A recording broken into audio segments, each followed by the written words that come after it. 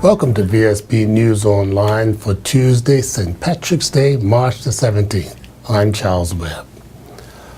Government has had to find $1 million a week to fund its financial assistance program and grants, but Minister of Community and Cultural Affairs Patricia Gordon-Pamplin assured Parliament yesterday that extraordinary care was taken to see that those in genuine need were taken care of and their children provided with food and shelter.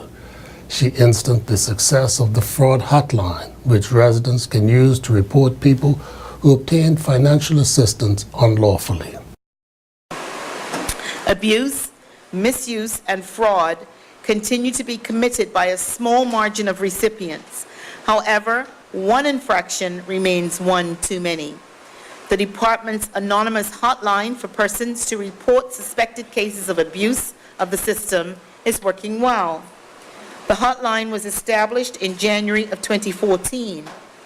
The Department continues to extend an invitation to members of the general public who may be aware of anyone who may be abusing the system to report any possible misuse of government funds by calling 297-STOP. That's 297-7867. Mr. Chairman, over this last financial year, over 70 calls were made to 297-STOP. Of these calls, 86% have been substantiated, or 60 cases have been confirmed fraud, and between 25 to 30 cases of attempted fraud, while 14% have been unsubstantiated and 9 are currently under investigation. Mr. Chairman, additionally, during fiscal year 14-15, 53 clients, vendors, were required to repay the Department. The Department's investigative officers netted over $88,000 in recovery this fiscal year compared with $85,000 the prior year. Continued payouts of over $12 million in the second quarter of this fiscal year are entirely unsustainable. In order to accommodate new client applications and to remain within our budgetary vote, we have tabled legislation to further restrict duration of benefits for able-bodied unemployed under the age of 65. We recognize that the onset of additional economic stimuli into the economy will create opportunities, allow clients to become more self-sufficient, and reduce their dependence on the public purse. The massive cleanup by regiment soldiers and fire services personnel after the visits of Hurricanes Faye and Gonzalo last October cost the government close to $1 million. But Premier Michael Dunkley told Parliament last night that the job they had accomplished had been nothing short of superb. Honourable colleagues are well aware that in October of 2014, Bermuda experienced 2 major hurricanes within one 7-day period.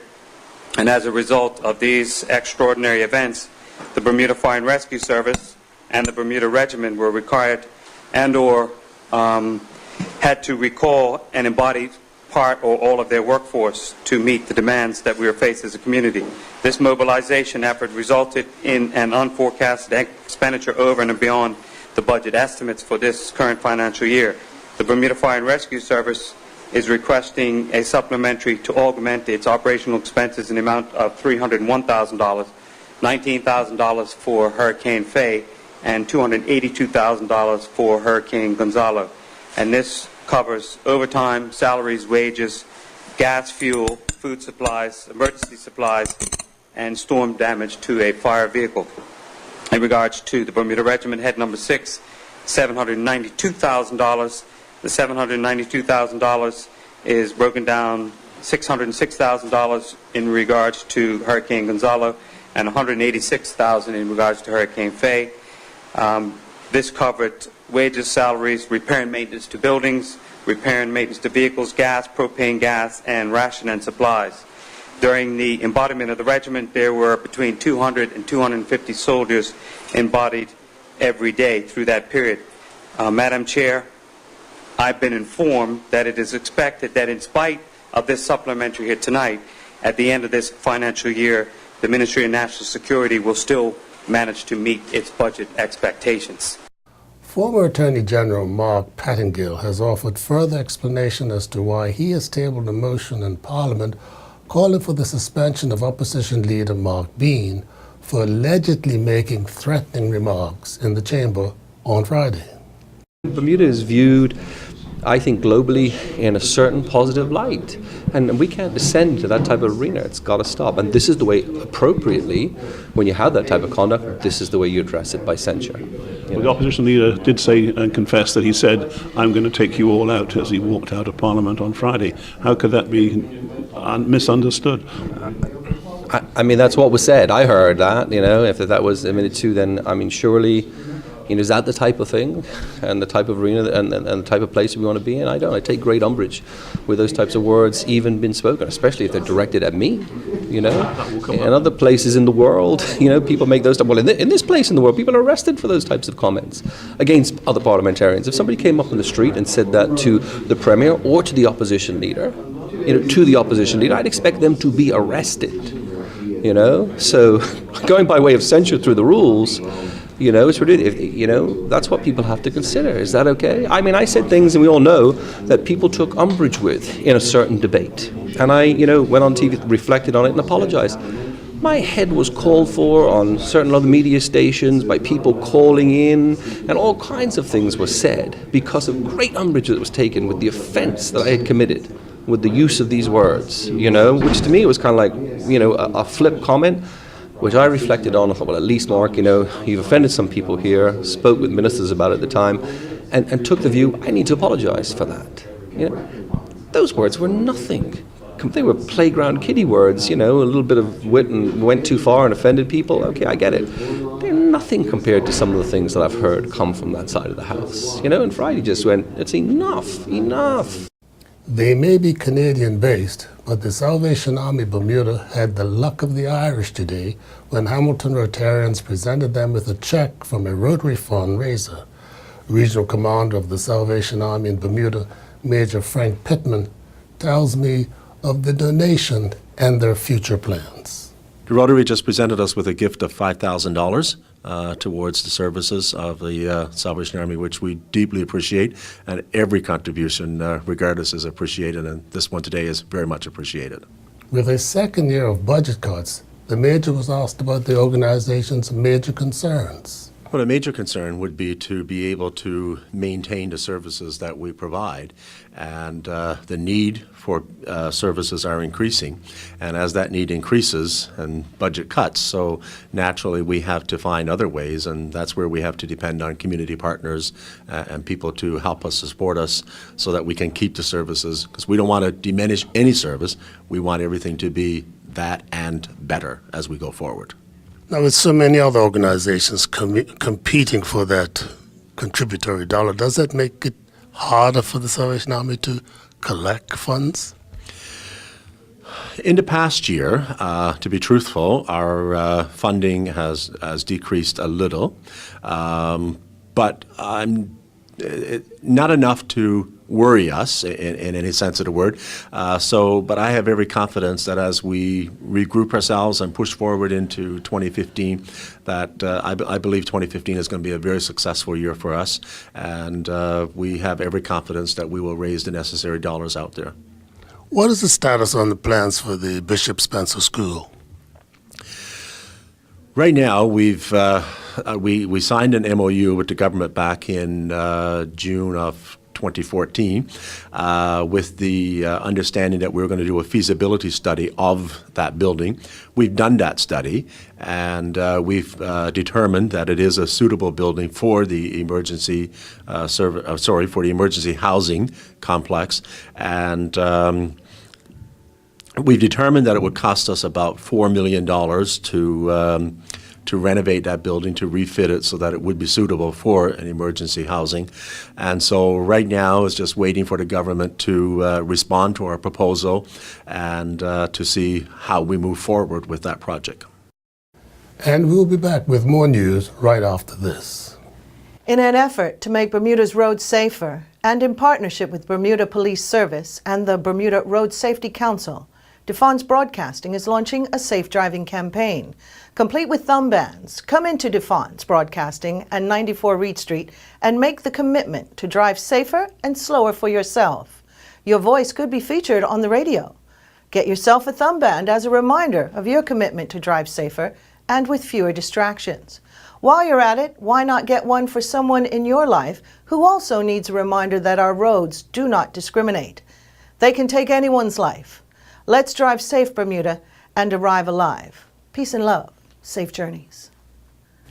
Bermuda's new Information Commissioner, Gitanjali Gutierrez, has pointed out in her interview with Vsb News that it would be a mistake to compare her role to that of the Ombudsman, even though both independent officials chosen by the governor. One of the things about the Information Commissioner's office is that it's a completely independent office, similar to the Ombudsman.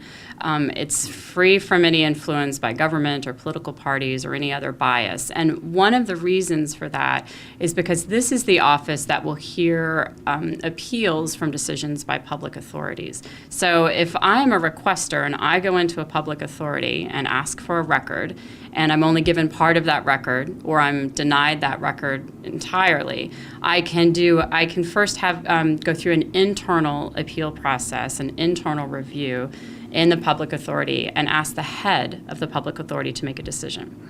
If at that point I am not satisfied with my answer, then I can turn to the Information Commissioner and ask for a review. So this office really has to stay independent and separate from both government and really from particular requests, because if the parties are unhappy with those requests, this is the office that's going to decide an appeal. Well, as we found out with the Ombudsman, it's what you make of it. And in the case of the Ombudsman, she became very much a valued leader and spokesman for the citizenry of Bermuda. She took issues on her own volition under advisement and caused quite a stir. Can you do the same thing? I think the mandate for the Information Commissioner's office is somewhat more limited and perhaps a little bit more neutral. This office is responsible for public awareness and education of their rights, and that's what tonight's program is going to be about. The office is also responsible for providing guidance to public authority and for overseeing their compliance with the Act. So, for example, this office will do an annual report about how the PATI Act's been implemented and what kind of requests have been filed. But that last part about hearing appeals and issuing binding rulings means that this office really has to be neutral. The decisions of this office have to be fair, and they have to be perceived as being fair, and that's something that I'm very committed to. Imagine Bermuda, the Department of Community and Cultural Affairs, and Shoestick Foundation have combined to present a celebration of the 120th anniversary of the birth of national hero Dr. E.F. Gordon on Friday, March the 20th at City Hall, starting at 12 noon. The program will include presentations, music, and the spoken word by students from Berkeley, BHS, Cedar Bridge, Munsing Ednis, and Salters, plus the iconic entertainer Gene Steed. Glenn Fubler of Imagine Bermuda said the celebration of Dr. Gordon's life included the many residents who played a part in the movement that he inspired and paved the way for a democratic Bermuda. The public will have a last chance to contribute to the debate on school reorganizations this Wednesday evening when the Ministry of Education holds a public meeting at the Cedar Bridge Academy starting at 6:30 p.m. Meetings have already been held with PTA's principals and teachers to discuss whether there's a need for reorganization of government, preschools, and primary schools, and Education Minister Wayne Scott says the schools consolidation provides the opportunity to build a more effective learning environment for students' academic achievements. However, at this point, no decision has been made on whether schools will be closed. And now we turn to Earl Baisden with the latest from the sports desk. 4 Bermuda cricketers taking part in the Ontario cricket team tour to Sri Lanka got off to a losing start. The team played a 30-over match against DS Senka College, an under-19 boys team. Senka College scored 218 for 9 in their allotted 30 overs and then bowled Ontario Cricket Club all out for 119. During the Senka College inning, Cameron Jeffers finished with figures of 4 overs, 3 for 28. He also assisted with a run out. Wicketkeeper Antoine Seaman held 2 catches and he had 2 stumpings and 2 run-outs. Sharray Smith, batting at number 8, was the high scorer for the Ontario Cricket Club with a score of 28 not out off of 27 deliveries. Jeffries added 7, Seaman and Sheldon Caesar failed to score. Bermuda began taking part in the ITF Boys 14 World Junior Tennis North, Central American, and Caribbean pre-qualifying Group B tournament in the Dominican Republic yesterday.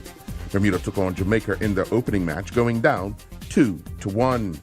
Benjamin Lyons got Bermuda off to a good start when he defeated his opponent in the number 1 spot 7-6, 7-5. Richard Mallory went down in a 3-setter 4-6, 6-4, 6-3 to the number 2 opponent from Jamaica. In the doubles, the Jamaican pair defeated Lyons and Mallory in straight sets 6-4, 7-5 to win the match 2-1. Nicole Mitchell competed in the Tucson Bike Classic in Tucson, Arizona. Mitchell took to the time trial course where she finished with the 28th fastest time of 9:28, some 1:19 behind stage winner Anna Sanders. Round 2 of the 2015 Digicel Bermuda National Squash Championships took place last evening, with all the favorites on both the men's and the ladies' sides advancing to the next round. In the men's open division side, the defending champion Michael Franklin advanced with an 11-5, 11-1, 11-7 win over Keon Knights. Kristen Johnson defeated Nazir Smith 11-6, 11-4, 11-4. Noah Brown defeated Dylan Muldoon 11-2, 11-2, 11-4, and Patrick Foster defeated Devario Thompson 11-4, 11-2, 11-5. The defending ladies champion Runa Retta defeated Jackie Pynchon 11-7, 11-2, 11-4, while in the match you're seeing here, Denise Kime defeated Susanna Armano 11-3, 11-6, 11-8. Robinson defeated Ty Williams 11-6, 11-1, 11-3, and Rachel Barnes defeated Madeline Rose 11-3, 11-4, 11-4. In women's futsal action inside the Work Academy Gymnasium, the Dandy Stars recorded a comfortable 8-1 win over the Somerset Hurricanes after holding a 4-0 lead at the half. Dandy Stars got hat tricks from Delia Eben and Zara Gibbons, while Dante Allen and Nia Christopher added a goal each. Trina Edwards scored the lone goal for the Somerset Hurricanes.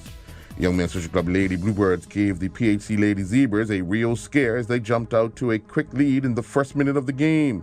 PHC tied the game, but the Young Men's Social Club Lady Bluebirds would score again to take an early 2-1 lead. PHC slowly came into the game, and by the end of the first half, they held a 5-2 lead. Jessica Furtado was outstanding for the PHC Lady Zebras, scoring 5 goals. Aaliyah Nolan added 3 goals, and Rashia Shakir scored twice. Young Men's Social Club got a hat-trick from Zakiah Lewis. The Island Basketball League season continued inside the Cedar Bridge Academy Gymnasium on Saturday evening with a triple header.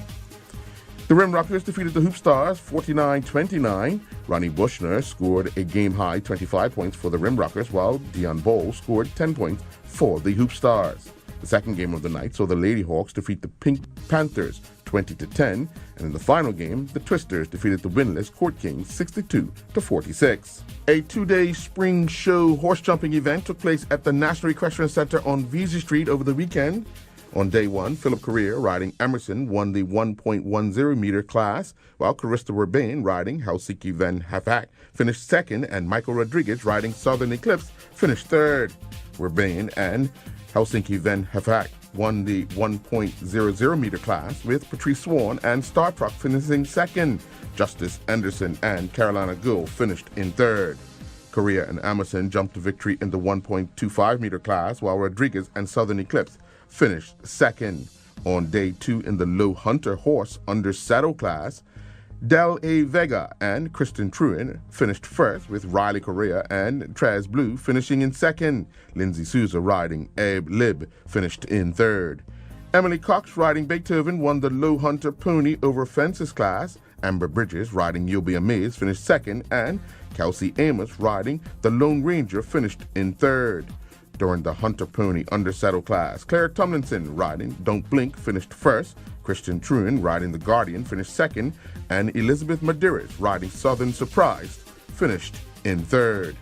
Elizabeth Parsons' form continued after her runner-up position last week during the Match Play Golf Championships at the Mid-Ocean as she took the first-round lead in the Ladies Club Championships. Parsons managed the windy conditions, posting an outstanding 79 in her first round of the Club Championships. No doubt Parsons is on a mission to retain her title and become the first three-time back-to-back champion since Susie Elton accomplished the same feat, winning the championship from 2004 through to 2006. In freezing Brookmire Continental Bowling League action at the Warwick Lanes last evening, it saw the Cricky Licky Laundry defeat the Nifty Rollers 18-12. The Oddballs defeated the Pin Splitters 22.5 to 7.5. The game between the Pin Jammers and New Hope ended 15-15, while Spice Nicks got by the Cubs 26-4. The Invaders defeated the Bermuda Pest Control 26.5 to 3.5. I'm Earl Baisden reporting for VSB Sports. Looking at the weather for Wednesday, March the 18th, there will be sunny breaks with a few showers through the morning. Winds will be westerly and strong, varying northwesterly, moderate to strong by noon, and decreasing moderate at midnight. We're expecting a high near 65 and a low near 58. This weather forecast is courtesy of the Bermuda Weather Service. Thanks for watching VSB News Online for Tuesday, March the 17th. Have a happy St. Patrick's Day. I'm Charles Webb.